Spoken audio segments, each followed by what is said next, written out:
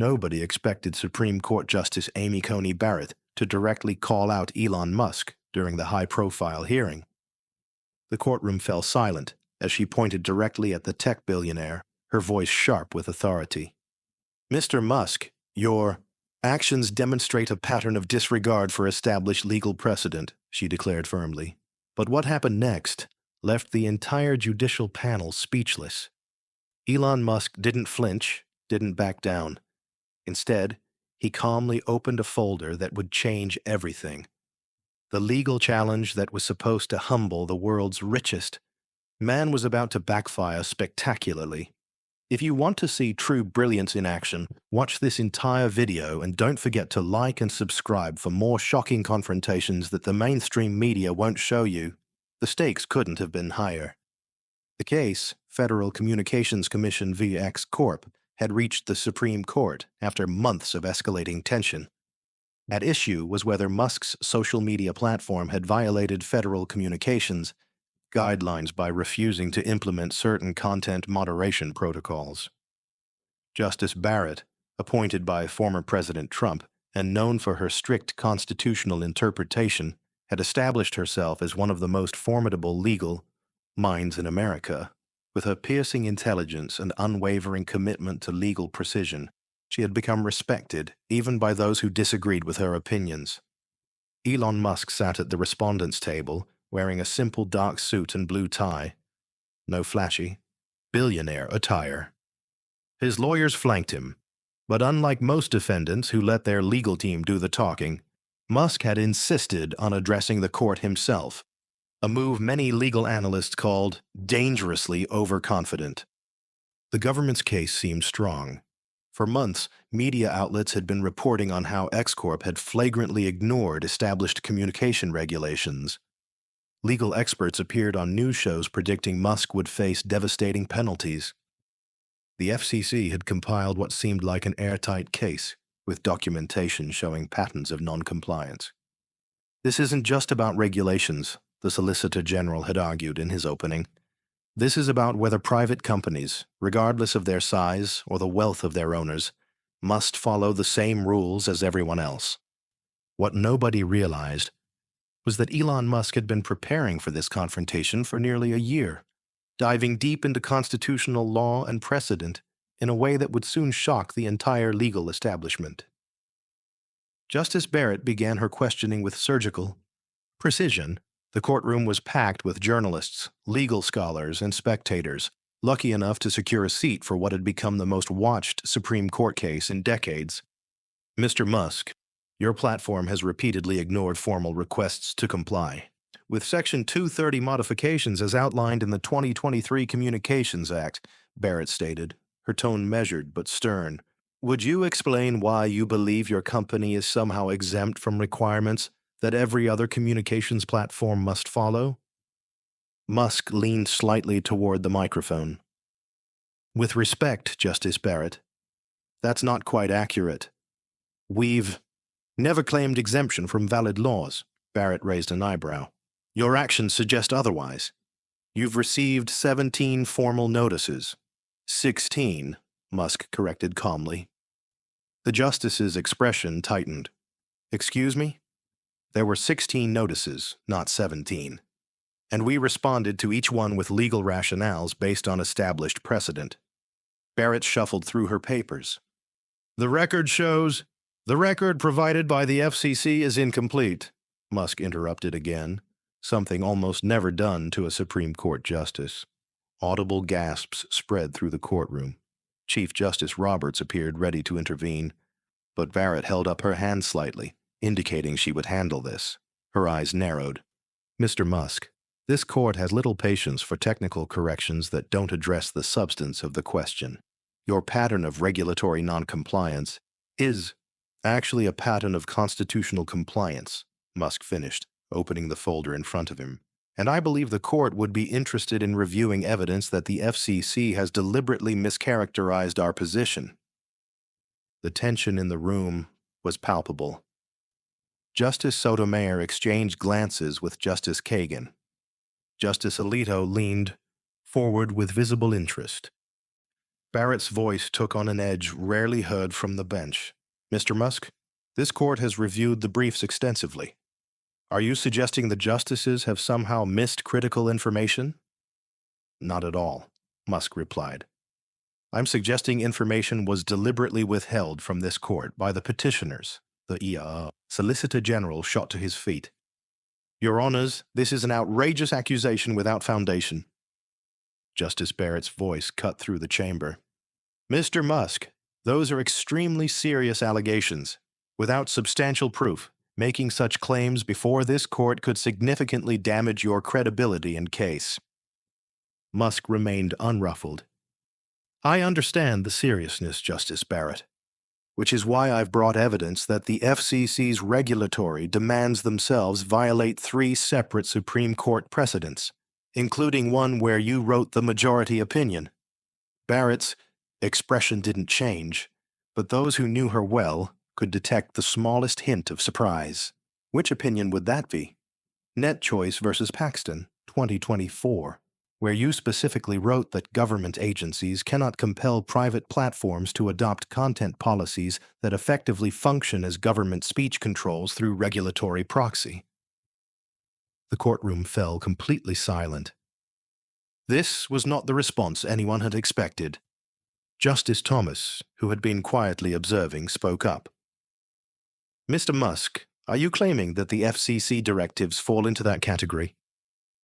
Yes, Justice Thomas, and I've prepared a detailed analysis demonstrating exactly how. The FCC's lead counsel stood again. Your Honors, Mr. Musk is not a legal expert. His interpretation of Justice Barrett's opinion is fundamentally flawed and self-serving. Barrett, however, was already reviewing the documents Musk's team had handed to the court clerk. Her expression remained unreadable, but she was clearly examining the material with intense focus. Does the petitioner wish to dispute the authenticity of these communications? She asked, looking up at the FCC's counsel. The lawyer hesitated. We would need time to review what's been presented. Justice Barrett then did something unexpected. She turned back to Musk. You came prepared for this. Specific line of questioning. It wasn't a question, but Musk answered anyway. I did, because the constitutional principles at stake extend far beyond my company.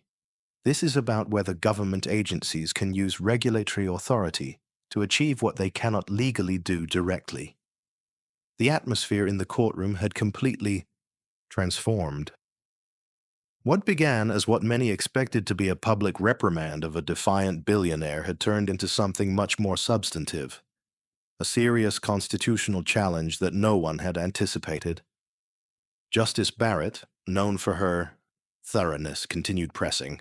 Even accepting your premise about the FCC's motives, your platform still ignored legally issued directives while you prepared this challenge.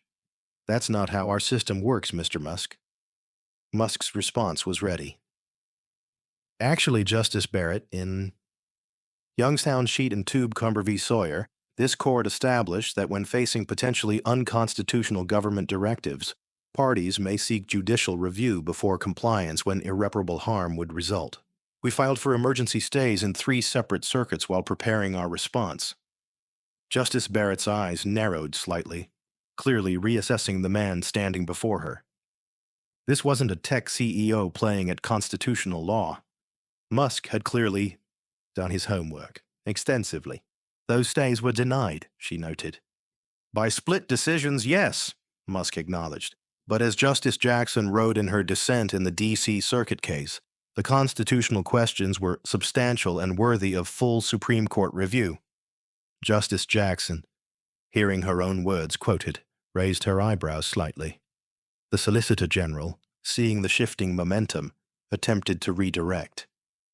Your Honors, Mr. Musk's legal theories don't change the fact that X Corp has repeatedly violated clear regulatory requirements. Justice Barrett turned to him. Counselor, the constitutional validity of those requirements appears to be precisely what's at issue here. She turned back to Musk. Continue with your argument, Mr. Musk. What happened next would be replayed on news networks and social media for weeks. Elon Musk, standing before the highest court in the land, delivered a masterclass in constitutional law that left even his critics stunned. Justice Barrett, I'd like to direct the court's attention to page 47 of the materials provided, Musk said, his voice steady.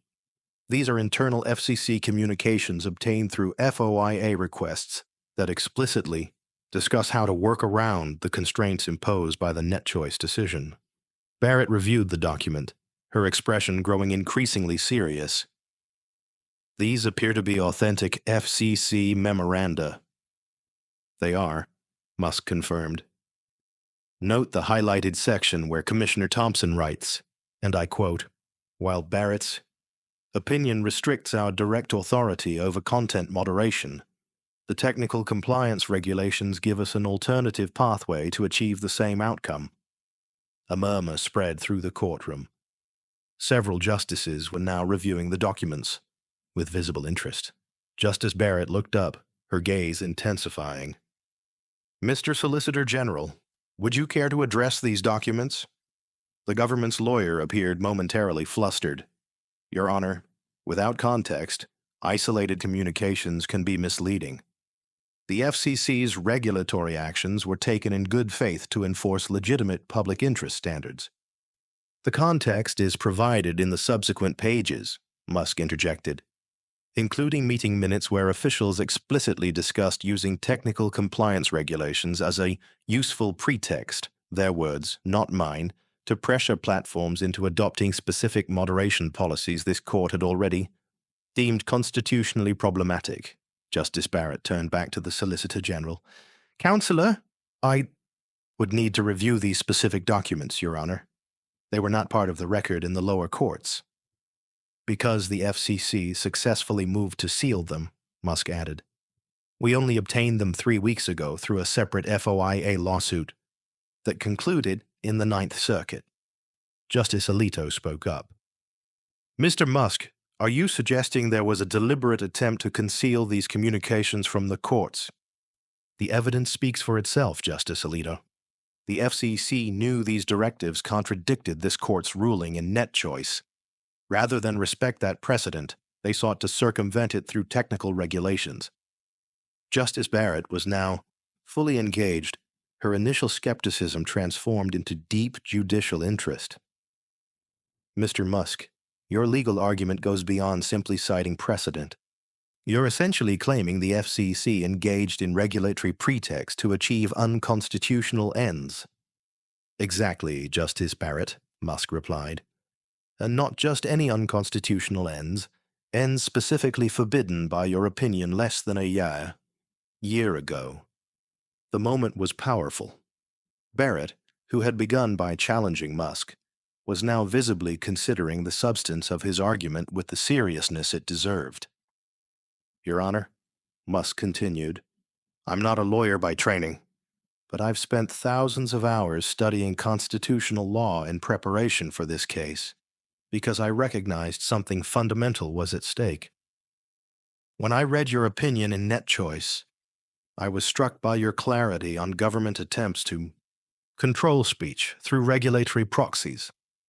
He then cited directly from Barrett's opinion, "When government power leverages regulatory authority to indirectly achieve what the First Amendment forbids it from doing directly, courts must be especially vigilant."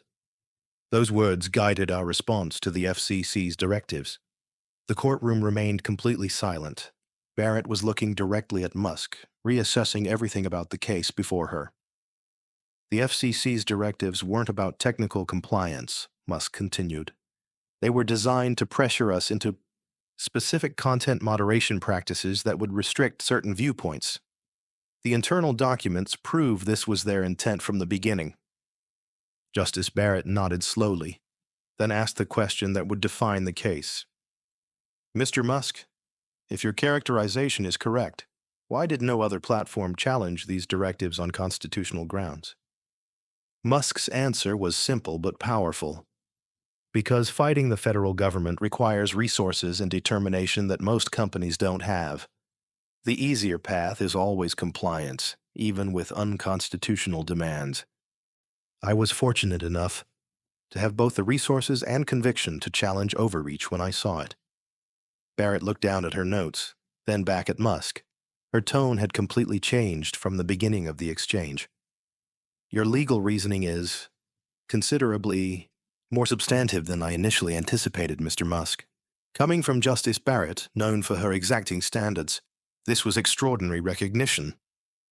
The Solicitor General made one final attempt to recover. Your Honors, regardless of Mr. Musk's legal theories, the fact remains that X Corp has refused to comply with legally issued directives while every other platform has managed to do so. Justice Barrett turned to him. Counselor, if these directives were issued as pretext for unconstitutional ends, as Mr. Musk suggests and these documents indicate, then widespread compliance isn't evidence of their legitimacy, but rather of the chilling effect such regulatory power can have on constitutional rights. The government's case was collapsing before everyone's eyes. What had begun as a seemingly straightforward regulatory enforcement action had transformed into a landmark constitutional case on government overreach. Barrett turned back to Musk.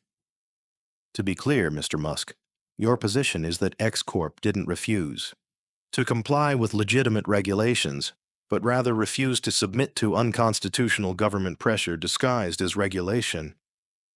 Precisely, Justice Barrett, Musk confirmed. And we've documented every step of our constitutional objections, even as we were publicly portrayed as simply being defiant or non-compliant. Barrett nodded, then looked at her fellow justices. Something significant had shifted in the courtroom. What everyone expected to be a chastening of a tech billionaire had become a serious examination of government overreach. The Chief Justice spoke. I think we need to hear more about these documents. Mr. Solicitor General, the court will expect a thorough explanation of these communications. The triumph wasn't just that Musk had held his ground. It was that he had transformed the entire framework of the case through meticulous preparation and unexpected legal expertise. The Supreme Court took an unusual step 3 days later. Rather than waiting months for a decision, they issued an immediate administrative stay against all FCC enforcement actions related to the disputed directives. Legal analysts called it an extraordinary vindication for Musk's position. CNN Legal analyst Jeffrey Toobin appeared stunned during a live broadcast. What we witnessed was remarkable. Justice Barrett, who everyone expected would be Musk's toughest critic, essentially validated his core legal argument. I've covered the court for decades, and I've never seen anything quite like it. The story exploded across all media platforms. Hashtags like Mao Musk Legal Genius and Null Barrett Musk Showdown trended for days. X-users shared clips of the exchange that had been captured by court sketch artists and later animated by news networks. Former Supreme Court clerks dissected Musk's arguments on legal podcasts, with many expressing surprise at their sophistication. He cited precedents I had to look up, and I teach constitutional law, admitted Yale law professor Samuel Haverford on his popular podcast. Justice Barrett herself maintained judicial silence on the case, but sources close to the court reported she had ordered her clerks to conduct a comprehensive review of all FCC communications related to content moderation spanning back 3 years. The implications reached far beyond Musk and X Corp. Other platforms began publicly questioning FCC directives they had previously accepted without challenge. Google announced it was reviewing compliance requirements in light of constitutional concerns raised in the Supreme Court. Facebook parent Meta filed a motion to join Musk's case as an interested party. Legal scholars began publishing analyses, suggesting the case could become one of the most important First Amendment decisions in decades. Harvard Law Review fast-tracked a special issue dedicated to the constitutional questions raised. Meanwhile, the FCC faced mounting pressure. 3. Commissioners were called to testify before Congress about the internal communications revealed in court. Documents released by X showed how extensively Musk had prepared, accumulating over 500 pages of legal precedent and analysis before the hearing. A week after the hearing, A former FCC staff attorney came forward as a whistleblower, confirming that there had indeed been an internal strategy to use technical regulations as leverage for content control. There were explicit discussions about using compliance as pressure points to force platforms to adopt moderation policies we couldn't legally mandate directly, she revealed in an interview. Justice Barrett found herself in an unexpected position, widely praised across the political spectrum for her intellectual honesty in engaging with Musk's arguments, despite what appeared to be her initial skepticism. Legal commentators noted how she had demonstrated the exact judicial temperament she had advocated during her confirmation hearings. In tech circles, Musk's reputation transformed overnight. Beyond being seen as a brilliant engineer and businessman, he was now viewed as someone with serious legal acumen. Stanford Law School invited him to deliver a guest lecture on regulatory overreach and constitutional limits. The case wasn't fully resolved. Oral arguments would continue, and a final decision was months away, but the momentum had clearly shifted. Legal experts increasingly predicted a landmark ruling that would establish new boundaries on how government agencies could use regulatory authority when it intersected with First Amendment issues. During a press conference on the courthouse steps, following the administrative stay announcement, a reporter asked Musk about his surprising legal knowledge. "I'm not a lawyer," he responded with a small smile. "But when fundamental principles are at stake, you make the time to learn what you need to know. Justice Barrett's previous writings on government overreach were actually my roadmap. I just followed where her own legal reasoning led." The reporter followed up. "Did you expect to change her mind?" "I didn't try to change anyone's mind," Musk replied. "I simply presented evidence and constitutional arguments I believed were sound. Justice Barrett is known for her intellectual integrity. All I did was take her previous legal reasoning seriously and apply it consistently to our situation." As legal scholars continued analyzing the case, many noted the irony. The government had hoped to make an example of Musk by bringing the case to the Supreme Court, expecting Justice Barrett and others to deliver a harsh rebuke to what they characterized as tech arrogance. Instead, Musk had turned the tables, using Barrett's own judicial philosophy to expose what appeared to be genuine governmental overreach. Perhaps the most telling reaction came from an anonymous comment reportedly made by a Supreme Court clerk. Everyone expected David versus Goliath with Musk as Goliath. What we got was a masterclass in constitutional law from someone who wasn't even supposed to be taken seriously as a legal thinker.